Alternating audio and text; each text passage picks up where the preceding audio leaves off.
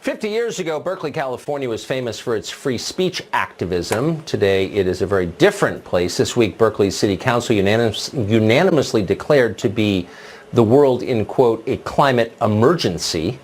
To fix that emergency, Berkeley called for a push to halt all carbon emissions worldwide and said governments must make efforts to, quote, humanely stabilize population, a phrase Robespierre would surely love. Anna Shea Hossein is a writer and political commentator, and she joins us tonight. Thanks a lot for coming on. Thanks so much for having me, Tucker. I'm a pretty literal person. They say it's a climate emergency. Sounds right to me. So if it's an actual emergency, why does anyone in Berkeley have an air conditioner or a car? I mean, if they really believe that, no, it's sincere. I mean, I hate to sort of ask that people live out their purported beliefs, but if they're telling the rest of us we need to have fewer kids, why are they still driving and using AC, honestly? You know, I totally agree with you, Tucker, but I also don't think they're just telling us to have less babies. I mean, climate change and the impact that human beings have on environment is related to a lot of stuff, not just the amount of children that we're having. It's about carbon emissions. It's about eating less meat. So I think we can all agree that we care about our planet, but it's not just about having less children. Oh, no, and I don't think it is. And by the way, let me just say for the record, the whole idea is totally no, I think the idea is insane and grotesque, and it's a window into what this really is, which is social control. But is that what Berkeley is saying? They would even mention how... Is that what they're saying? They're not saying it's an emergency. It's an emergency. Everybody stop having babies.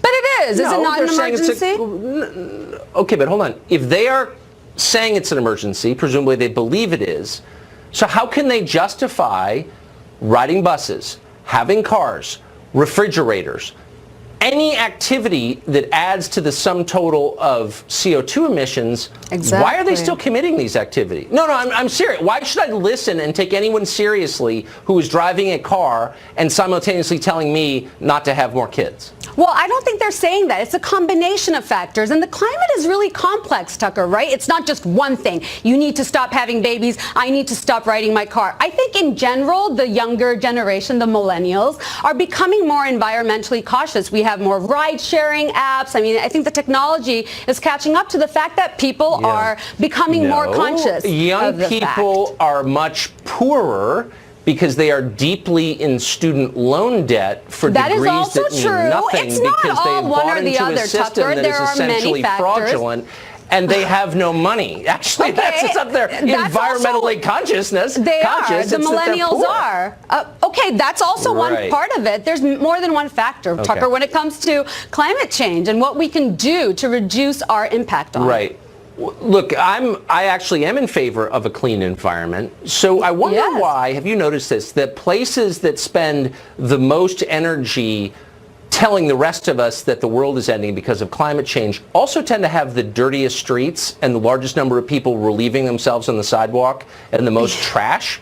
Why not, if you really care about the environment, maybe you could clean up the sidewalk in front of City Hall. Does that ever occur to liberals, I wonder? You know what? Not just liberals. It's not liberals that are responsible for climate change. It's all of us. And I agree with you. We can't just talk the talk. We have to, also follow up with actions. And, but wait, why? No, but seriously, if you care about the environment and making the world cleaner, and by the way, sincerely, I am for that. Can we all agree that we agree with that? We all want to keep the environment cleaner and save our planet. Yeah, but have you been to Berkeley recently? Have you been to New York City? Have you been to San Francisco? There are people with their trousers down relieving themselves on the sidewalk, and then Tucker, walking around them are environmentalists on their way to lecture me about how many kids I have. Yeah, but you know what? It's not necessarily about where in the world is more populated. It's about who is using more resources. And I completely agree with you. We all have to do much better. I think we're sort of talking past each other. Can you agree that if we're going to make the world cleaner, we can start by cleaning up the sidewalks, and then maybe we can get to the part about fixing the hole in the ozone layer? Yes and no. I don't think it has to be either or. It's every day. Why is it? Why are the cities with the most open and aggressive commitment to the environment the dirtiest? Why is Portland, Oregon a filthy place downtown? That's not necessarily when everybody in Portland is an environment. Have you been to Portland, Oregon recently? I'm not talking specifically about Portland, but not all cities that are saying that we need to do better about our environment are filthy. Where are you getting that stat from? Okay. but just track with me really quick just for this one question. If you say you care about the environment, do you agree or disagree that maybe you should start by cleaning up the street in front of your house? It's not why can't you do both? Do both. I'm not saying you can't do both, but why is it that the people lecturing me about the environment live in environments that are filthy? We all care about the planet. Okay. We can all do more. Right. No, we don't all care about the planet. I care about the planet. That's why my house has nobody sleeping on the front step, because I care about the environment. Okay, so what kind of car do you drive? Okay. I don't have a car. That's how committed I am. Oh, really? Anna Shea, great to see you. Thanks for having me. Up next, the creepy porn lawyer isn't doing as well as he once did. Fear not, though, he knows exactly who to blame for his troubles. A creepy porn lawyer update next.